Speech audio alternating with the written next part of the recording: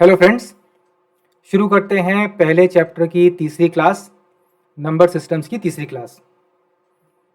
हम लोग number systems का चैप्टर पढ़ चुके हैं एनसीईआरटी से, और जैसा कि मैंने इंट्रोडक्शन वीडियो में बताया था कि हर चैप्टर की तीसरी क्लास कुछ एक्सपेरिमेंटल नेचर की होगी, जहाँ पे हम कुछ एक्सपेरिमेंटल क्वेश्चंस करेंगे। डू इट योरसेल्फ वाले भी कुछ असाइनमेंट रहेंगे, आपको खुद से कुछ वर्किंग करनी होगी जिसे मैं गाइड करूँगा।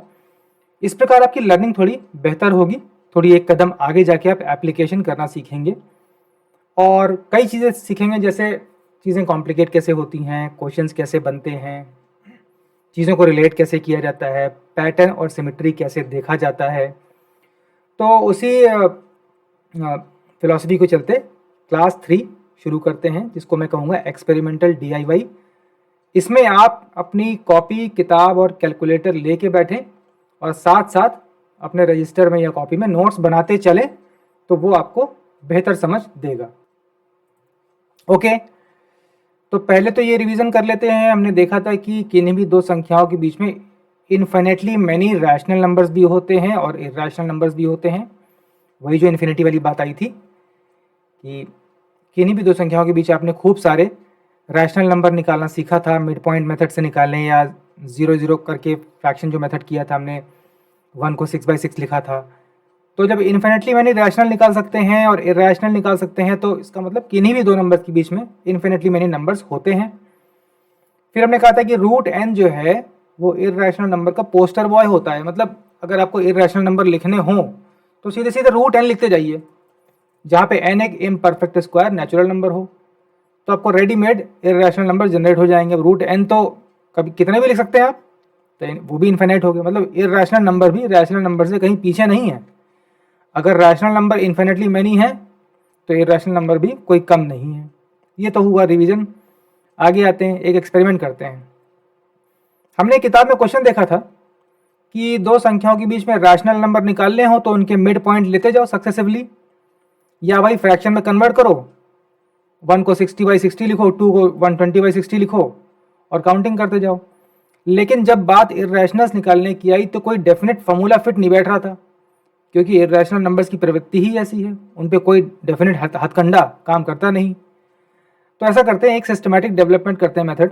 एक सिस्टमैटिक मेथड डेवलप करने का ये प्रयास है, ये एक्सपेरिमेंट। देखिए एग्जाम्पल है कि 1 और 2 के बीच में हमें 10 इर्रेशनल नंबर निकालने हैं। ठीक है, देखते जाइए, सुनते जाइए और साथ में लिखते भी जाइए। ये हमारा असाइनमेंट है, टास्क है कि हमको 1 और 2 के बीच में 10 इर्रेशनल नंबर्स निकालने हैं। कैसे निकालें, ध्यान दें। एक हमने कांस्टेंट नंबर लिया है, ए, कैपिटल ए, जो कि है π/100। π/100 क्या होगा? π/100 होगा बेसिकली 3.14 अप्रॉक्सीमेटली बाई 100। ये आ जाएगा 0.0314। ठीक है, हमें अप्रोक्सीमेट वैल्यू से ही काम चलाना है। ऑब्वियसली हम एग्जैक्ट वैल्यू तो लिख भी नहीं सकते। हमने ये भी डिस्कस किया था कि इर्रेशनल नंबर की एग्जैक्ट वैल्यू न्यूमेरल्स की सहायता से लिखना असंभव है, कोई मनुष्य या कोई मशीन इसे लिख नहीं सकती। ठीक है, हम अप्रोक्सीमेट वैल्यू से काम चलाते हैं। एक्सपेरिमेंट में अप्रोक्सीमेशन से काम चलता है। तो कांस्टेंट ए लिया हमने, a इज इक्वल टू π/100। ये हो गया वैल्यू 0.0314। ठीक है, कैलकुलेटर से करते चलिए, कैलकुलेटर से करते चलिए। इसी प्रकार हमने बी लिया, एक कांस्टेंट और लिया, पाई प्लस 1/100। ये हो जाएगा 0.0414। फिर सी लिया, पाई प्लस 2/100।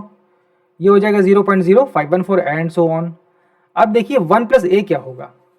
1 प्लस ए हो जाएगा 1.0314 अप्रॉक्सीमेट। 1 प्लस बी हो जाएगा 1.0414। 1 प्लस सी हो जाएगा 1.0514। हमको 1 और 2 के बीच में नंबर्स लेने हैं। अब आप ध्यान दें, ये तीनों ही 1 प्लस ए, 1 प्लस बी, 1 प्लस सी, ये तीनों नंबर 1 और 2 के बीच में आते हैं निश्चित रूप से, क्योंकि हमने अपनी सेटिंग में ए की वैल्यू कुछ ऐसी रखी है, इतनी छोटी है कि 1 प्लस ए 2 से बड़ा ना हो जाए। इसी प्रकार 1 प्लस बी भी 2 से बड़ा नहीं हो रहा है, आप कैलकुलेट करके देख चुके हैं। तो ये तो निश्चित है कि 1 प्लस ए, 1 प्लस बी, 1 प्लस सी तीनों 1 और 2 के बीच में लाई करते हैं, और ये तीनों ही इर्रेशनल भी हैं क्योंकि इसमें पाई का समावेश है। हमने सीखा था कि एडिंग द इम्प्योरिटी वाली बात होती है, एडिंग द इम्प्योरिटी, याद कीजिए। अगर आपने इर्रेशनल नंबर को शामिल कर लिया, 1 या 100 से डिवाइड किया, कहीं से भी आपने उसको जोड़ा रैशनल नंबर में, तो जो आएगा वो रिजल्ट इर्रेशनल होगा। तो आपने इस प्रकार 3 नंबर खोज निकाले जो 1 और 2 के बीच में है, और ये तीनों ही इर्रेशनल हैं। इस प्रकार आप कितने भी, 3 नहीं 300, 3000 निकाल सकते हैं, डिपेंडिंग ऑन आपने क्या कांस्टेंट सेट किया है एक्सपेरिमेंट में। अब ये मैंने इतना छोटा नंबर लिया है ना कि बहुत दूर तक आप ऐड करते जाओ, 1 + c 1 + d 1 + e, इसी पैटर्न पे भाई d ले लो पाई + 3/100, फिर पाई + 4/100, ये कभी ज़्यादातर 2 से एक्सीड करेगा नहीं। तो ये एक तरीका, एक सिस्टमेटिक तरीका है। Fine, you can thus find hundreds of irrationals between any two numbers. अब एक टास्क कर लेते हैं DIY। इसी पैटर्न में 2 और 2.2 के बीच में आप 10 इर्रेशनल्स निकाल के दिखाइए। अब नंबर है 2 और 2.2, भाई किन्हीं भी दो के बीच में इन्फिनिटी होते हैं, तो चलो 2 और 2.2 के बीच में भी इन्फिनिटी होंगे, इन्फिनिटली मैनी, तो आप 10 निकाल दो। अब यहाँ क्या कीजिए, जैसे मैंने कांस्टेंट लिया था ना a π/100 लिया था, आप क्या कीजिए यहाँ पे a लीजिए √2/100, हिंट ले लीजिए a √2/100, √2 क्या होता है 1.41, तो √2/100 क्या हो जाएगा 0.141। ऐसे आप कर सकते हैं। फिर वही कीजिए, अब इस बार 2 + a लीजिए, 2 + b, 2 + c,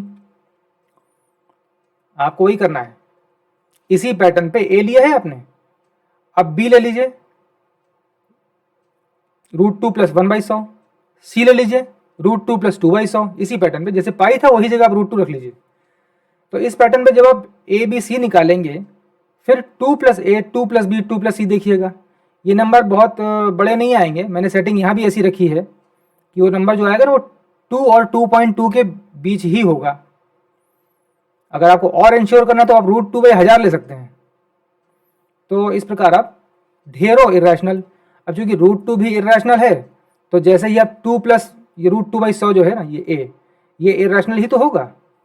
ये number it will be an irrational number, क्योंकि √2 में अगर 100 से भाग दोगे तो adding the impurity.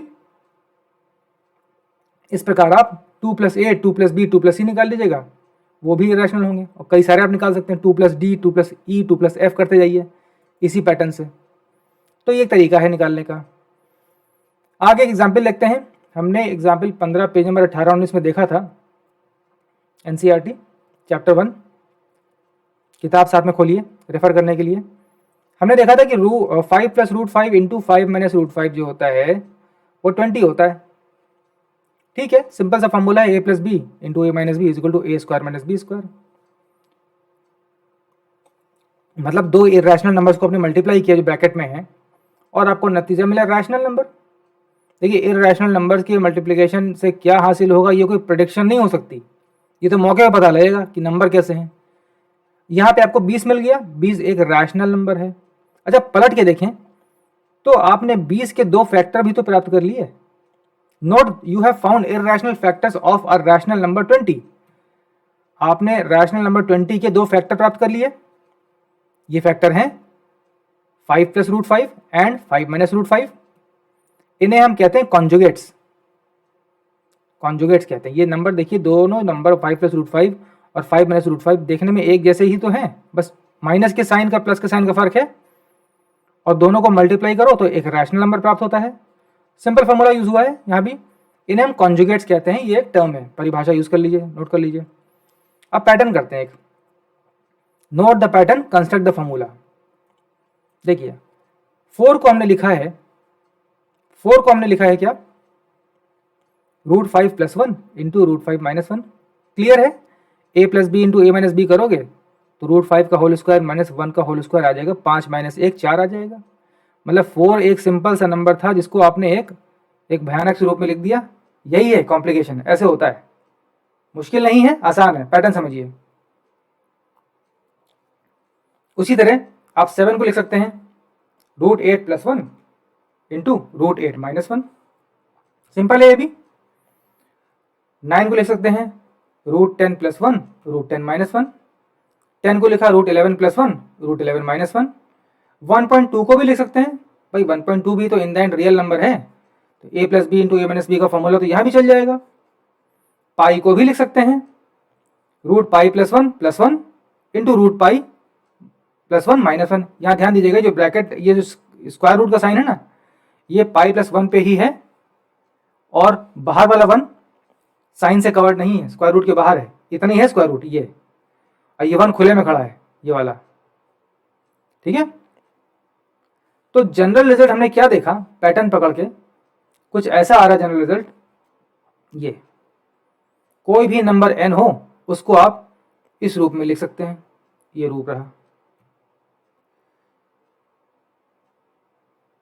Root n plus one into root n plus one minus one. यहाँ स्क्वायर रूट केवल n प्लस वन तक ही है। ब्रैकेट के नियमों को याद कीजिए, बॉड मास था पुराना वाला, स्क्वायर रूट का साइन केवल ब्रैकेट को कवर कर रहा है, ये बाहर वाला वन खुले में खड़ा है, ये स्क्वायर रूट के अंदर नहीं है। Now you can factorize any real number into its irrational conjugate factors.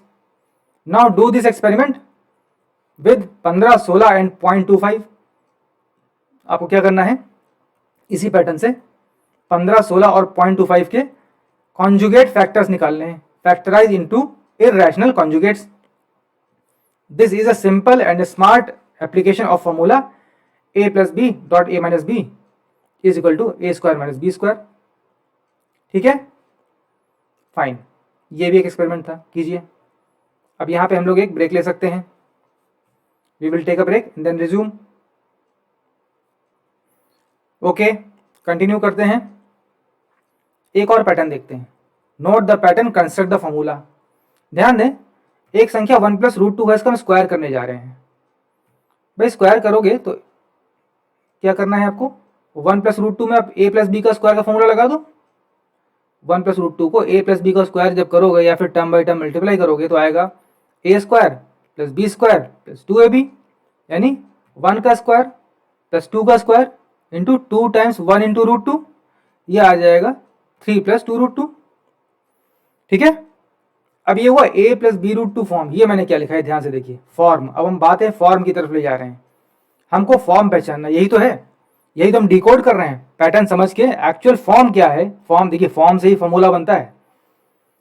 ये जो भी नंबर है 3 प्लस 2 रूट टू, अंतोगत a plus B root two का ही तो फॉर्म है, जहां a और b इंटीजर्स हैं। ठीक है, a की वैल्यू 3 है, b की वैल्यू 2 है। अब देखिए, अब क्लास 9th में ना, अब नंबर्स और अल्फाबेट्स को इंटरचेंजेबली देखने की प्रैक्टिस शुरू कीजिए, क्योंकि जैसे जैसे मैथ्स आगे बढ़ेगी नंबर्स कम दिखेंगे किताब में और अल्फ़ाबेट ज़्यादा दिखेंगे, ऐसा लगेगा कि मैथ्स की नहीं इंग्लिश की किताब है। तो ये इंटरचेंजेबली देखना शुरू कीजिए, धीरे धीरे अलजेब्रा हावी होगी, तो उसके लिए अपने आप को अभ्यस्त कीजिए। कोई बात नहीं, 3 plus 2 root two is nothing but a plus B root two form, form ही तो है, a 3 है, b 2 है, इंटीजर है। अब इसी को हम क्यूब करते हैं, 1 प्लस रूट टू को हम क्यूब करते हैं। क्यूब कैसे होगा, स्क्वायर जो प्राप्त हुआ है उसको फिर से 1 प्लस रूट टू से मल्टीप्लाई कर दूं। ठीक है, ये आएगा, टर्म बाय टर्म मल्टीप्लाई करोगे तो आ जाएगा, 4 टर्म आएंगे, 4 टर्म में रूट टू वाले एक साथ क्लब हो जाएंगे, इंटीजर जुड़ जाएगा, तो आ जाएगा 7 प्लस 5 रूट टू। ये भी तो a plus B root two form है भाई, a की वैल्यू 7 है, b की वैल्यू 5 है। कोई बात नहीं, फॉर्म तो वही रहा ना, मूल आत्मा वही रही, चेहरा बदल गया। ठीक है, यही है फॉर्म, और वो कहते हैं ना पैकेजिंग एंड सब्सटेंस, पैकेजिंग बदल गई, सब्सटेंस वही रही। अब अगर आप 1 प्लस रूट टू की पावर 4 को भी ट्राई करोगे ना, कोई बात नहीं, क्यूब को इस 7 प्लस 5 रूट टू को 1 प्लस रूट टू से मल्टीप्लाई कर दो, अगेन आपको a plus B root two form आएगा। पावर 5 लोगे तब भी आपको यही प्राप्त होगा, फॉर्म नहीं बदलेगा, शक्ल बदली जाएगी, आत्मा नहीं बदलेगी। ठीक है, तो पैटर्न क्या पकड़ा हमने, पैटर्न मैंने ये पकड़ा यार कि any integer power of 1 plus root two जो है वो आपको देगा a plus B root two form. ये बड़ी अच्छी बात है, मतलब 1 प्लस रूट टू की कोई भी पावर लगा दो, पावर 100 भी लगा दोगे ना, तो एग्जैक्ट आपको आंसर नहीं पता, लेकिन आप ये कह सकते हो कॉन्फिडेंस से कि जो भी आएगा ये इसी प्रकार का होगा कि integer plus another integer into root two. अब ये a भी सेम भी हो सकते हैं, डिफरेंट भी हो सकते हैं, इसको जनरलिटी कहते हैं, जनरलिटी। ठीक है, 1 प्लस रूट टू की कोई भी पावर लगाओगे आपको a plus B root two form मिलेगा। ये आपने इस प्रयोग से सीखा, अब यही काम अगर आप 1+√3 पे करोगे ना, आगे यही काम करो, करके देखो, कम से कम स्क्वायर और क्यूब तो निकालो। यही तो DIY क्लास का मजा है, यहीं से आपको लाभ मिलेगा धीरे धीरे। इस क्लास का असर ना धीरे धीरे होगा। अभी लगेगा ये सब क्यों पढ़ रहे हैं यार, सिलेबस में तो है नहीं, किताब में तो लिखा नहीं है, लेकिन इसकी जो बेनिफिट्स हैं वो आपको धीरे धीरे, कहते हैं इंसीडियसली, धीरे धीरे कहा जाता है, पता लगेगा आपको बाद में। और आप कहोगे ये कैसे, मुझे अच्छे से एक दिव्य दृष्टि मिल रही है पैटर्न को समझने की। ये आपको बहुत काम आएगी आगे जब एप्लीकेशन करना होगा। क्वेश्चन डायरेक्टली नहीं आएंगे, जैसे इंग्लिश में आता है ना अनसीन पैसेज, वैसे मैथ्स में अनसीन क्वेश्चन आते हैं। और तब अगर आपने ये सब नहीं सीखा है तो तकलीफ होती है। देखिए, चीज़ों में घुसना है, उनको भेदना है। 1+√3 की पावर कोई भी लगाओगे तो a+b√3 ही प्राप्त होगा। ये आप अपना प्रयोग करके देखें। तो यहां से हमने एक जनरल रिजल्ट प्राप्त किया कि any integer power of x+y√n is equal to a+b√n। ये हमारा जनरल रिजल्ट है। ये हमको मिला कि any power of x+y√n will give us a+b√n form हमें ये प्राप्त होगा। यहां पर x, y, a, b, n ये सभी इंटीजर हैं और n एक इम्परफेक्ट स्क्वायर नेचुरल नंबर है। ऑब्वियसली अगर आपने n को परफेक्ट स्क्वायर ले लिया फिर तो मजा थोड़ी आएगा, फिर तो स्क्वायर रूट थोड़ी रहेगी, तो एक इंटीजर हो जाएगा, फिर ये तो एक ट्रिवियल केस हो जाएगा। अब यहाँ गौर कीजिए, x, y, a, b सब अलग अलग हैं। जनरलिटी, इन जनरल ये चारों संख्याएं अलग अलग होंगी, x, y, a, b, लेकिन रूट n इधर है तो रूट n ही इधर भी है, इधर रूट k नहीं आ गया है। ठीक है, मतलब अगर यहाँ रूट 5 है तो इधर भी रूट 5 ही रहेगा, रूट 7 नहीं हो जाएगा। ये गौर करने वाली बात है। ये इतने सारे ढेर सारे कांस्टेंट देके घबराना नहीं है, जनरलिटी के लिए अपने आपको तैयार करना है। जनरल रिजल्ट आगे देखते हैं। अब इसका एप्लीकेशन देखिए, परीक्षाओं में सवाल कैसे आते हैं, कैसे घुमाया जाता है। Example application, genesis of MCQs multiple choice question का जन्म कैसे होता है ये दिखाया। चलिए देखिए, एग्जाम्पल कह रहा है, ये एग्जाम्पल है, What among the following options cannot be a possible square root of a number x+y√7 where x, y are integers? एक नंबर है x+y√7, तो कहा है कि इनमें से कौन सा ऑप्शन x+y√7 का पॉसिबल स्क्वायर रूट हो सकता है या नहीं हो सकता है, संभावित वर्गमूल हो सकता है या नहीं हो सकता। x, y अज्ञात हैं, अननोन है, लेकिन इंटीजर हैं। ऑप्शन 1 देखते हैं, टेस्टिंग। देखो 3+3√7 x+y√7 का स्क्वायर रूट हो सकता है क्या?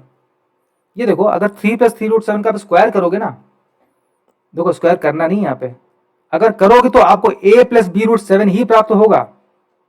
क्यों? अभी आपने ऊपर ही तो कहा, any integer power of x+y√n gives a+b√n। ये रूट n चिपका रहता है, रूट n यहाँ रहता है, रूट n की जगह रूट k नहीं हो गया। देखो, तो 3+3√3 का स्क्वायर करोगे तो यस आपको x+y√7 के ही रूप की संख्या प्राप्त होगी। तो हाँ, 3+3√7 एक संभावित स्क्वायर रूट है, एक पॉसिबल स्क्वायर रूट है। Option 1 is yes.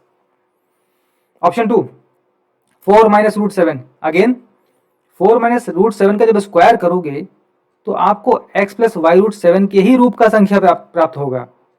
ठीक है, x+y√3 नहीं मिल जाएगा, ये √7 चिपका रहेगा। देखिए यहाँ पे रूट n चिपका हुआ है, x, y, a, b सब बदल गए, लेकिन रूट n लगा हुआ है। रूट n एक इर्रेशनल नंबर है। आप ऐसे समझिए कि इर्रेशनल नंबर के बाद चिपक जाता है ना, छूटता नहीं है, तो ये एक जिद्दी दाग होता है, एडिंग द इम्प्योरिटी, याद कीजिए। तो रूट n लगा रहेगा, कितना भी स्क्वायर कर दो इससे मुक्ति नहीं मिलेगी। इसका आप कितना भी स्क्वायर क्यूब कर डालो, 10 पावर लगा दो, 50 लगा दो, रूट n से मुक्ति नहीं मिलेगी। ये a b इंटीजर बदलते जाएंगे। ठीक है, तो यस 4-√7 का स्क्वायर करोगे तो आपको x+y√7 ही प्राप्त होगा। यहां मैं स्क्वायर करने को नहीं कह रहा, बस पैटर्न देख के तुरंत टिक करना यस नो। देखो एमसीक्यू में ना आपसे स्क्वायर करने की अपेक्षा नहीं की जाती है, क्योंकि स्क्वायर ही करने लगे फिर आप एमसीक्यू के लिए 40 सेकंड मिलते हैं। 40 सेकंड में कैसे करोगे? एग्जामिनर आपसे मेहनत नहीं करवाना चाहते हैं, वो आपसे स्मार्ट वर्क और आपकी लर्निंग चेक करते हैं एमसीक्यूज द्वारा। MCQs मतलब मल्टीपल चॉइस क्वेश्चन, बहुविकल्पीय प्रश्न। इसमें आपकी मेहनत नहीं देखी जाती है, लर्निंग देखी जाती है। भाई स्क्वायर करके फिर तो आप कर ही ले जाओगे, आराम से बैठ के स्क्वायर करो पूरा समय लेकर, 8-10 मिनट में कर ही लोगे।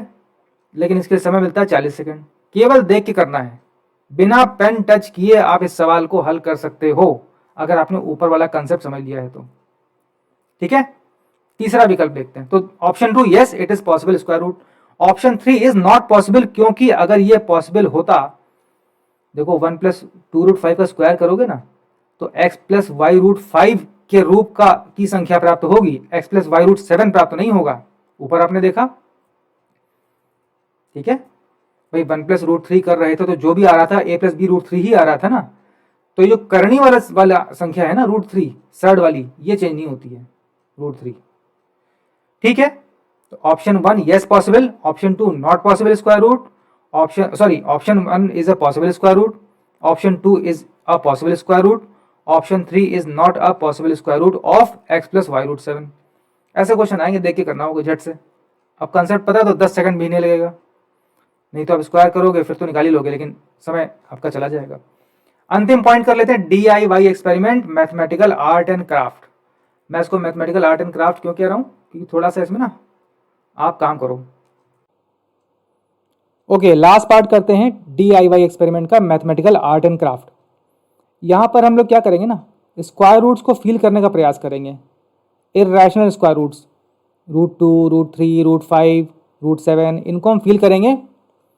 फील करना इसलिए ज़रूरी है, हम इनको नंबर लाइन पे मार्क करना चाहते हैं। देखिए नंबर लाइन पे होते हैं नेचुरल नंबर्स, और नेचुरल नंबर से आप सब फेमिलियर होते हैं। तो हम जानना चाहेंगे कि नेचुरल नंबर के सापेक्ष या उनके इर्द गिर्द ये कहाँ आते हैं। आप ये मान लीजिए जैसे नेचुरल नंबर हो गए आपकी नंबर लाइन के लैंडमार्क, जैसे किसी शहर के लैंडमार्क नहीं होते हैं, airport, railway station, post office. तो कहीं भी पता बताना होता है तो आप कहते हो भाई रेलवे स्टेशन के पास है या एयरपोर्ट के पास है। उसी प्रकार नेचुरल नंबर्स लैंडमार्क हैं, और इर्रेशनल्स को अगर हम लोकेट करना चाहेंगे तो जानना चाहेंगे कि ये नेचुरल नंबर्स के इर्द गिर्द कहाँ नजर आते हैं। इसीलिए इसको मार्क करने की ये एक्सरसाइज है। एक लंबा सा कार्डबोर्ड लें, गत्ते का, लगभग 1 मीटर का। इसमें हम स्क्वायर रूट एंस मार्क करेंगे। इसमें आप 10 इक्विडिस्टेंट पॉइंट्स मार्क कीजिए, समदूरस्थ 10 बिंदु। 1 मीटर लेंथ का आपने लिया है गत्ता, लंबा सा स्केल लीजिए, बनाइए स्केल जैसा एक लंबा सा, जैसे स्केल 30 सेंटीमीटर की होती है। आप 100 सेंटीमीटर का कार्डबोर्ड काटिए, उसमें 10 इक्विडिस्टेंट पॉइंट मार्क कीजिए और उनमें 0 से 10 तक नंबर मार्क कीजिए। यहाँ पे स्केलिंग कर लीजिए, 1 सेंटीमीटर को आप 10 सेंटीमीटर लीजिए अपने कार्डबोर्ड स्केल पे। अब आप नंबर लाइन पर रूट एंस को प्लॉट करते जाइए, मार्क करते जाइए। कैलकुलेटर लीजिए और √2, √3, √5, √6 इन सब की अप्रॉक्सीमेट वैल्यू निकाल के अपने स्केल पे मार्क कीजिए। √4 की बात नहीं हो रही है, √9 की बात नहीं हो रही है, क्योंकि उनको आप ऑलरेडी यहाँ पे प्लॉट कर चुके हैं नेचुरल नंबर के रूप में। जो इम्परफेक्ट स्क्वायर हैं उनके स्क्वायर रूट्स आप कैलकुलेटर से निकालिए। ठीक है, अब वर्गमूल निकालने की कला पुरानी हो चुकी है तो उसको आप उसमें ना उलझिए, उसके लिए मैंने कैलकुलेटर आपको दिया है, अलाउ किया है। तो इससे आप नंबर जब रूट एंस निकालेंगे और उनको प्लॉटिंग कीजिए, मार्क कीजिए अपने स्केल पर, और देखिए कि 1, 2 के बीच में कितने आते हैं रूट एंस, 2, 3 के बीच में कितने आते हैं, 3, 4 के बीच में कितने आते हैं। इस प्रकार 9 और 10 तक चलिए। देखिए 10 क्या होता है, 10 होता है स्क्वायर रूट 100। तो ये कहानी √99 तक चलेगी। फिर एक काम कीजिए, फॉर एग्जाम्पल 1, 2 के बीच में 2 इरेशनल आते हैं, 1.41 √2 हो गया, और 1.73 √3 हो गया। अब √2 को कैसे मार्क करोगे, 1.41 मतलब 1.5 सेंटीमीटर से थोड़ा छोटा हुआ, लगभग 1 सेंटीमीटर 4 मिलीमीटर के आसपास के आगे मार्क हो जाएगा। √3 1 सेंटीमीटर 7 मिलीमीटर के थोड़ा सा आगे मार्क हो जाएगा। इस प्रकार अप्रॉक्सीमेटली मार्क कर सकते हैं। फिर अब एक टेबल बनाइए, इसमें इंटरवल्स देखें, 1, 2 के बीच में कितने स्क्वायर रूट एन आते हैं। 1, 2 के बीच में 2 आते हैं। 2, 3 के बीच में कितने आते हैं निकालिएगा। 3, 4 के बीच में कितने स्क्वायर रूट एन आते हैं। Did you notice a trend, आप एक ट्रेंड पाएंगे इन नंबर्स में। यहाँ पे राइट हैंड साइड पे जो कॉलम है ना, एक ट्रेंड नजर आएगा आपको। ये 9, 10 तक कीजिए, ये पूरी सारणी 1, 2, 2, 3, 3, 4, 5, 6, 6, 7, 7, 8, 8, 9, 9, 10 तक कीजिए, आपको राइट हैंड पे एक ट्रेंड नजर आएगा। अच्छा, जब ये प्लॉट कर रहे हो ना, आप एक टेबल बना रहे हो, तो आपको एक फ्रीक्वेंसी डायग्राम का कॉन्सेप्ट याद आया, छोटे क्लास में कभी पढ़ा था फ्रीक्वेंसी डायग्राम्स। ठीक है, इसको फील कीजिए, रिवाइज कीजिए। ये एक्सरसाइज रूट स्क्वायर रूट्स को फील कराने के लिए है, ताकि उनका डर आपके मन से निकले। ये एक मैथमेटिकल आर्ट एंड क्राफ्ट भी है और एक्चुअली एक प्रयोगात्मक लर्निंग वाली क्लास है। इस प्रकार ये क्लास यहाँ ख़त्म होती है। चैप्टर 1 नंबर सिस्टम्स यहाँ कंक्लूड होता है और उसकी थर्ड क्लास जो एक्सपेरिमेंटल DIY है वो भी यहाँ समाप्त होती है। इस क्लास को का बेस्ट यूज़ करने के लिए आप साथ साथ नोट्स बनाते चलिए, तभी इसकी लर्निंग बहुत अच्छी होगी और आप चीज़ों को इन डेप्थ समझेंगे, आपको कॉन्फिडेंस आएगा। तो ये क्लास यहाँ समाप्त होती है। अब हम लोग अगली क्लास में मिलेंगे चैप्टर 2 पॉलिनोमियल की क्लास के साथ। Till then good bye.